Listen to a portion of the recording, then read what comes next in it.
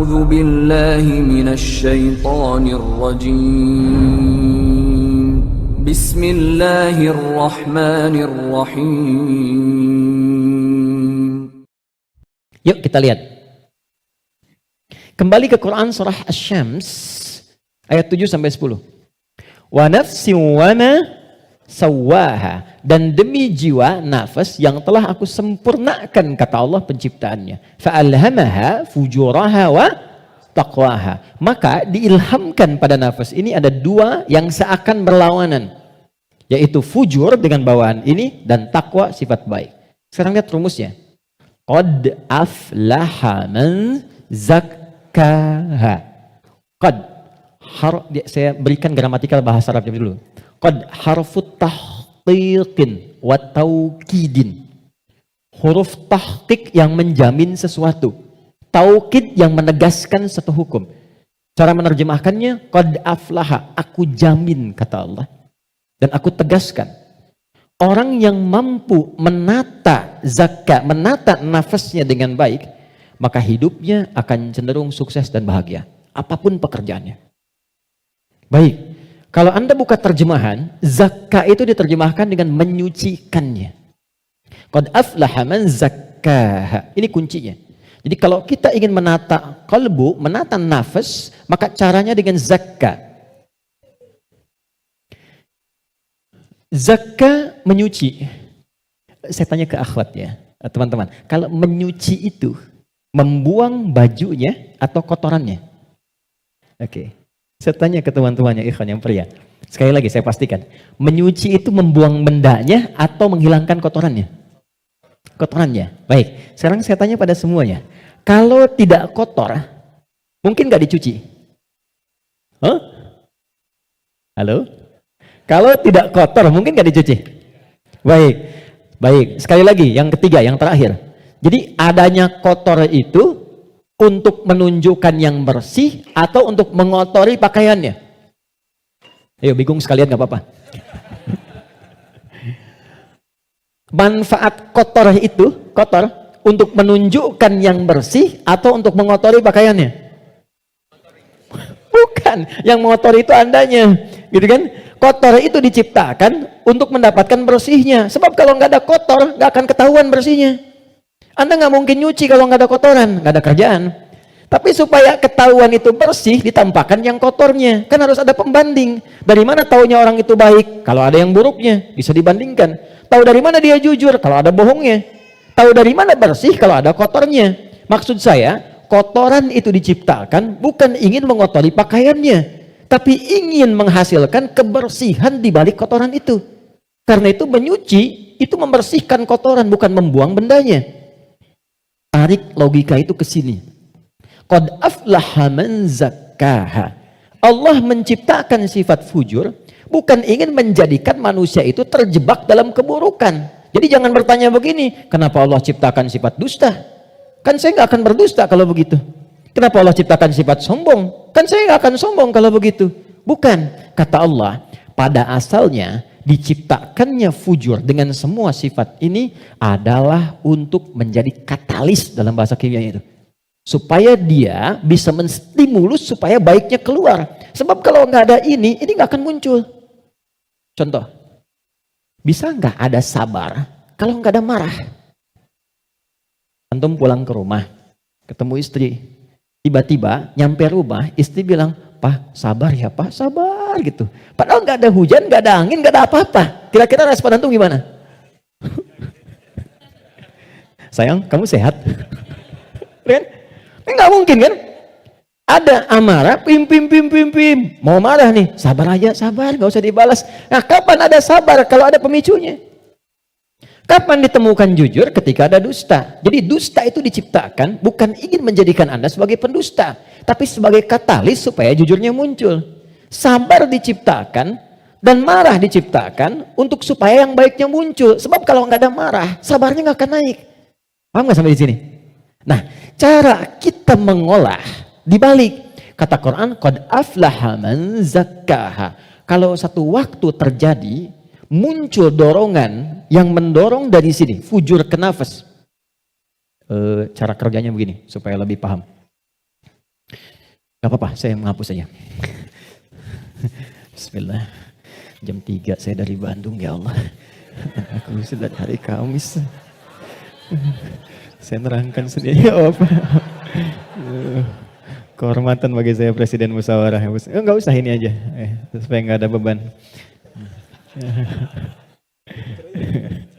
Jazakallah. Enggak apa, ini aja. Baik. Kasih banyak, jazakallah khair.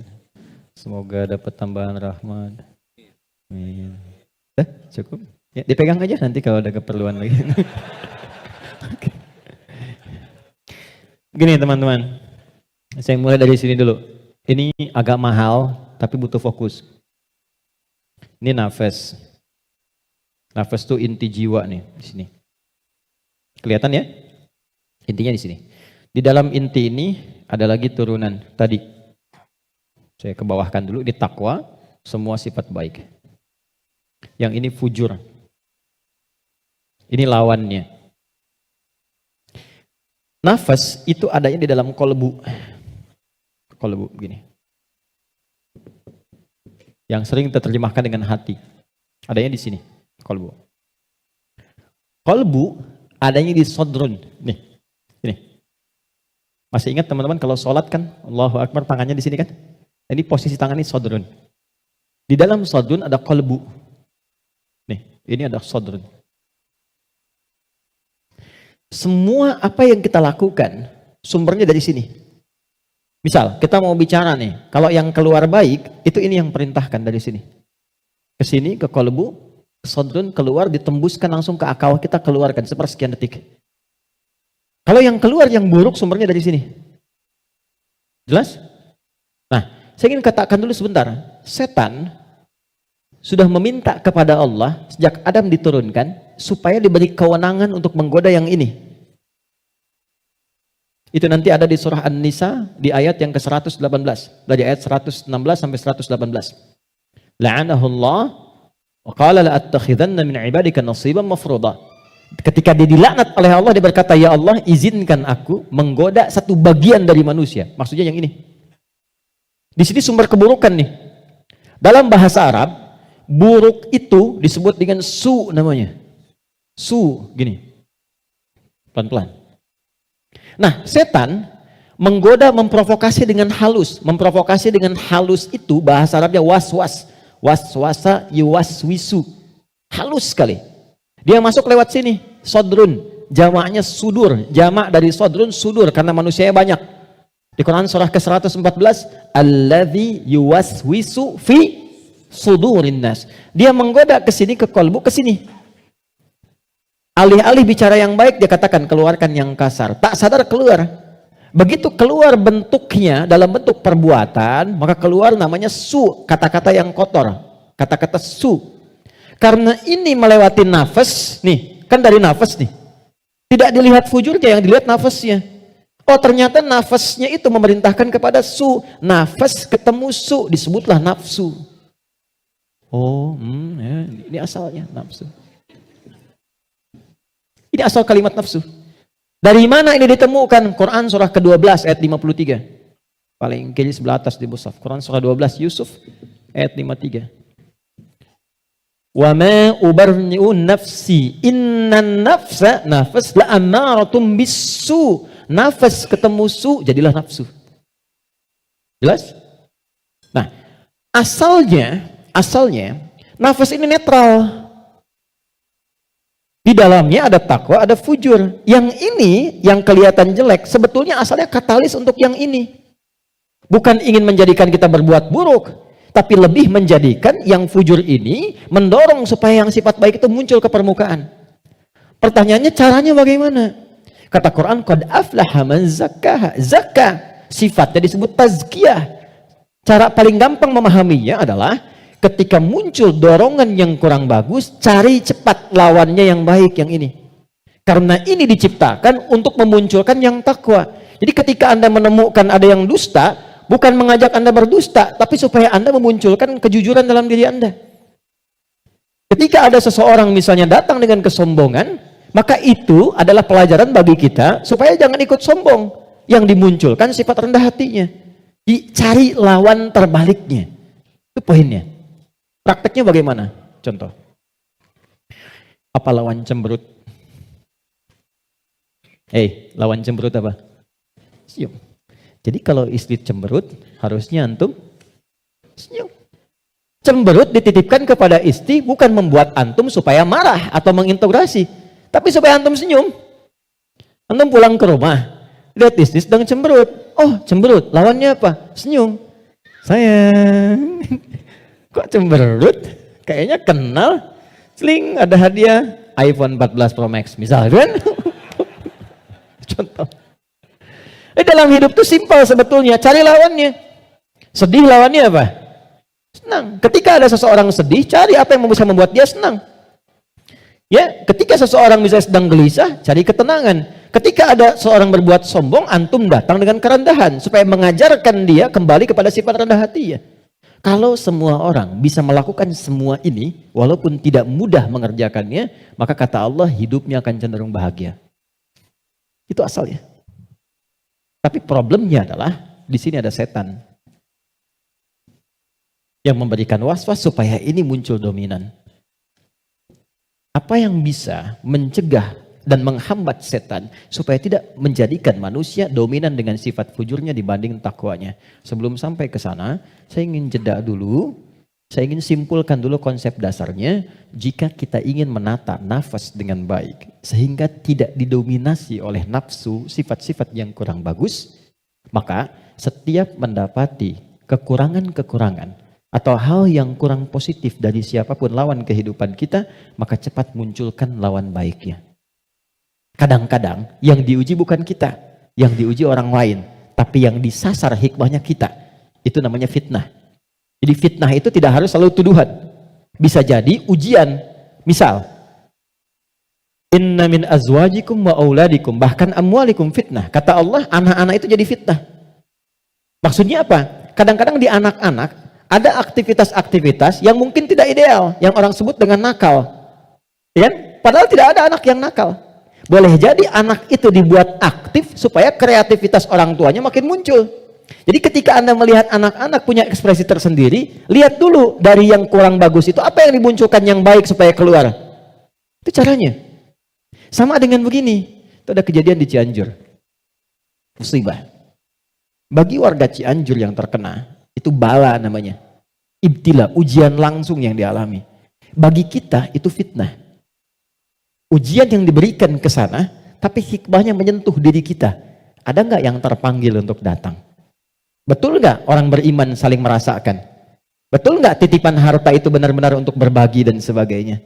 Maka diberikan ujiannya di sana. Mungkin yang wafat di sana masuk kategori syahid akhirat.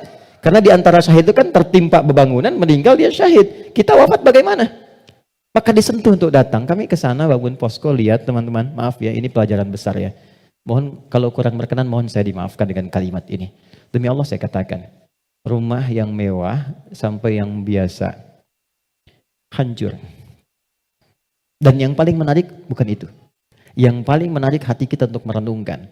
Bahkan rumah yang masih bertahan pun dan masuk kategori mewah, tidak ada yang berani penghuninya untuk datang ke tempat itu.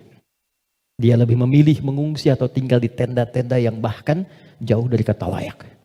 Pertanyaan saya, jadi yang selama ini dikumpulkan kerja keras siang dan malam, jadilah sesuatu yang mewah itu, kendaraan yang hebat itu, lalu untuk apa kalau tidak digunakan dan dinikmati ketika Allah memudah membalik itu dalam sepersekian detik? Maka saya ingin katakan pada teman-teman, jangan sampai terjadi dalam satu masa, dalam satu waktu, sudah kerja, lelah, capek dan sebagainya, tapi karena hubungan yang jauh dari Allah, atau karena sebab tertentu, justru berbalik nikmat itu menjadi sesuatu yang bahkan tidak bisa dinikmati secara langsung. Itu pesan pertama. Tapi jangan disimpulkan bahwa di sana ada maksiat dan sebagainya, tidak ke situ arahnya. Boleh jadi mereka ditetapkan oleh Allah untuk mendapatkan kemuliaan karena datang keluarga-keluarga besar membawa sesuatu yang bahkan belum pernah mereka lihat sebelumnya. Yang gak pernah menemukan makanan-makanan yang mungkin menurut kita enak dan layak. Yang merasakan perhatian, merasakan bantuan-bantuan, kenal saudaranya. Yang gak ada masjid dibangunkan masjid lagi. Yang wafatnya syahid, kita siapa? Dan bagaimana cara kita kembali kepada Allah Subhanahu wa Ta'ala? Nah, Itu fitnah. Ujiannya di sana, yang merespon kita di sini. Terkadang adanya pada tetangga kita. Tetangga yang sakit, dibuat sakit bukan karena ingin menjadikan dia sakit. Boleh jadi Allah ingin menguji Anda sebagai tetangganya, sikapnya bagaimana. Itu cara melihatnya. Tetangga Anda ada kekurangan, mudah bagi Allah menjadikan dia kaya. Tapi Allah titipkan kepada Anda tetangganya supaya Anda merespon harta yang Allah titipkan itu untuk berbagi. Contoh lain, Anda sudah ke masjid. Anda punya tetangga, belum mau ke masjid. Dijadikan ia menjadi tetangga Anda, bukan untuk Anda caci, atau Anda katakan, tuh saya punya tetangga gak pernah ke masjid. Bukan. Boleh jadi Anda ditempatkan di situ, sehingga mendapat bagian dari dakwah untuk mendoakan dia supaya ke masjid. Ada orang bertanya, saya tanya begini, satu jamaah, apa hukumnya ada tetangga masjid, tinggal di samping masjid, 5 meter jaraknya dari masjid, bahkan toa masjid menghadap ke rumahnya begini. Tapi dia belum mau ke masjid. Oh, jawabannya beragam. Dosa Ustadz, haram Ustadz. Ada yang bilang, bakar rumahnya. Hukumnya, ajak dia ke masjid. Hukumnya, ajak dia ke masjid. Ini sederhana. Tipis bahasannya, tapi kalau kita praktekkan dalam kehidupan di rumah tangga, suami dengan istri, dengan anak, anak dengan ayah, dengan ibu, ini dibawa, kita datang ke ibu sedang cemberut, buat beliau tersenyum. Lihat pasangan sedang gelisah, buat dia lebih tenang. Lihat anak sedang menangis, buat dia tertawa. Nabi SAW kedatangan seseorang menyampaikan, ya Rasulullah, si fulan berjuang fi sabilillah, ikut ke medan perang, tapi ibunya menangis. Dipanggil oleh Nabi, anak itu katakan, irja. Pulang kamu, bikin ibumu tertawa seperti engkau membuatnya telah menangis. Ini konsepnya. Sederhana, tapi kalau kita bisa mengendalikan itu dalam kehidupan, maka kebahagiaan akan nampak di depan mata. Setidaknya, itu kata Al-Quran.